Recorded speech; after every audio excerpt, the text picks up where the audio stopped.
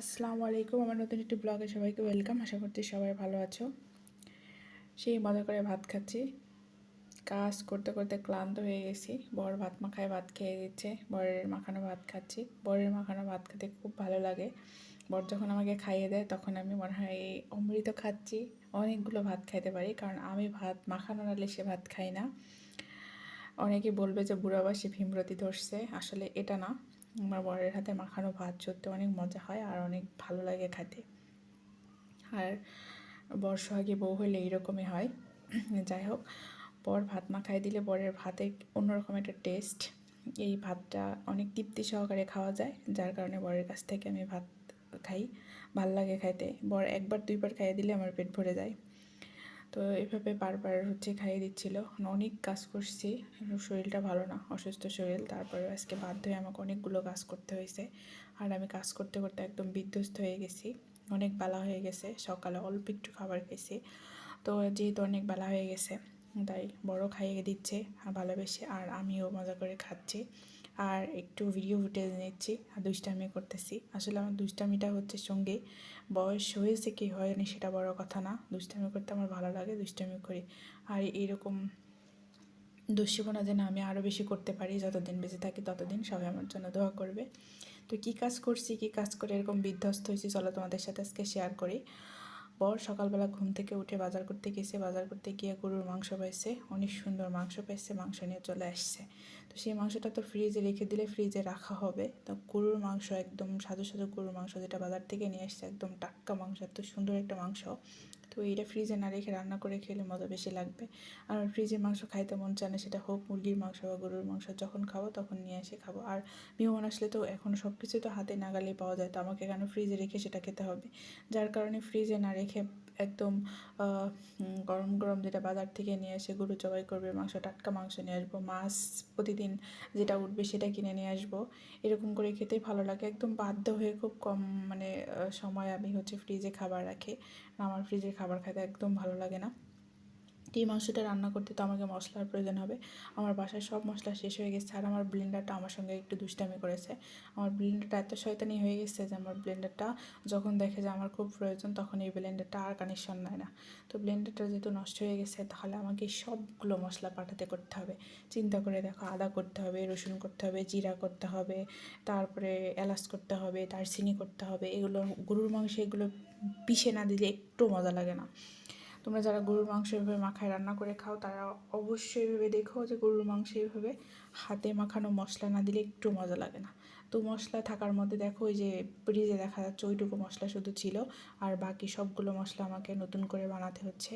তো আমার হাতের অবস্থা খারাপ। আমার পাটায় পিষা একদম অভ্যাস নাই। এই পাটাটা কিনা শুধুমাত্র আব্বা কিনে দিছে। আব্বা যখন বেঁচে ছিল, অসুস্থ ছিল, তখন আব্বাকে বলছিলাম আমার পাটা লাগবে, তখন আব্বা আমাকে পাটাটা কিনে দিছিল শুধুমাত্র ভর্তা খাওয়ার জন্য। শখ করে ছোট্ট একটা পাটা কিনে দিছে, যাতে আমি এটাতে জানি যে আমি বড় পাটাতে পারতে পারি না। আর পাটায় বাটা আমার একদম অভ্যাস হয়নি, হাত একদম লাল টকটক হয়ে যায়। তো এই মশলাগুলো পিষতে আমি একদম বিধ্বস্ত হয়ে গেছি। আমাকে দিয়ে অন্য কোনো কাজ করাই নাই, শুধু এই মশলা পিষতে পিষতে দেখো আমার হাতের অবস্থাকেই একদম লাল হয়ে গেছে হাতটা পুরাটা। তারপরেও করেছি, কারণ আমি যদি মশলা পিষে না দিই তাহলে বরের মাংসটা রান্না করা হবে না, আর আমাদের খাওয়াও হবে না। তো অন্য কোনো তরকারি রান্না করে খেতে হতো। তারপরে যাই হোক, অনেক কষ্ট হয়েছে। অনেক কষ্ট করে এক এক করে সবগুলো মশলা করেছি।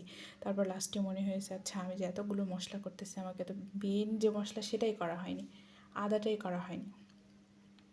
বর আমাকে নিষেধ করছে মাঝখানে, যে যেহেতু এত কষ্ট হচ্ছে দরকার নাই, মাংস রেখে দাও, পরে যখন ব্লেন্ডার ঠিক করতে পারবো তখন হবে। তো বলছি যে না, যেহেতু আমি শুরু করেছি, আর আমি একটা কাজ শুরু করলে সেটা এত সহজে রাখি না। তো অনেক কষ্ট হচ্ছিলো। তারপরে আমি সবগুলো মশলা একটু একটু করে সবগুলো মশলা বানিয়ে নিছি। সবগুলো মশলা করে তবেই আমি ক্ষান্ত হয়েছি। আর সবগুলো মশলা না থাকলে গরুর মাংস একদম মজা লাগে না। গরুর মাংসের যে একটা ফ্লেভার, সেটা কখনোই আসে না।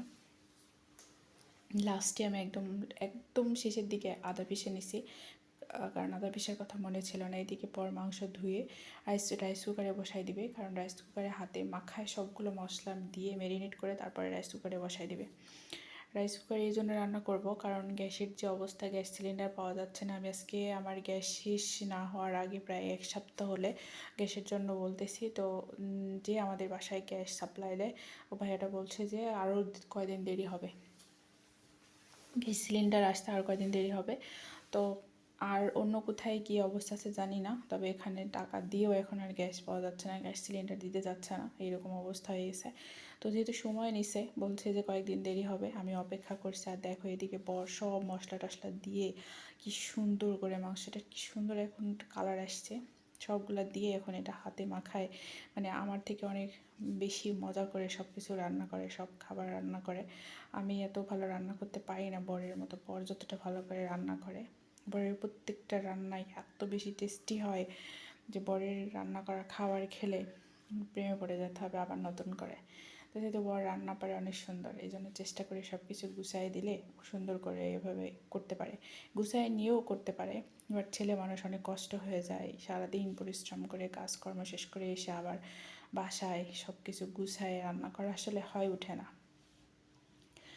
তো এই অবস্থা, এই যে সব কিছু রেডি করে নিচ্ছে। এখন এটা একটু কিছুক্ষণ রাখবে, তারপরে রাইস কুকারে বসাই দিবে, এটা কুক করবে।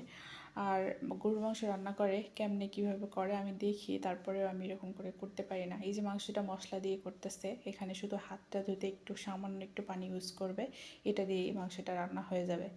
আর আমি রান্না করতে গেলে পাতিল বোঝাই করে পানি দিয়ে বসাই রাখি, তার কখন সিদ্ধ হবে ভয় লাগে যে গরুর মাংস সিদ্ধ হবে কি হবে না।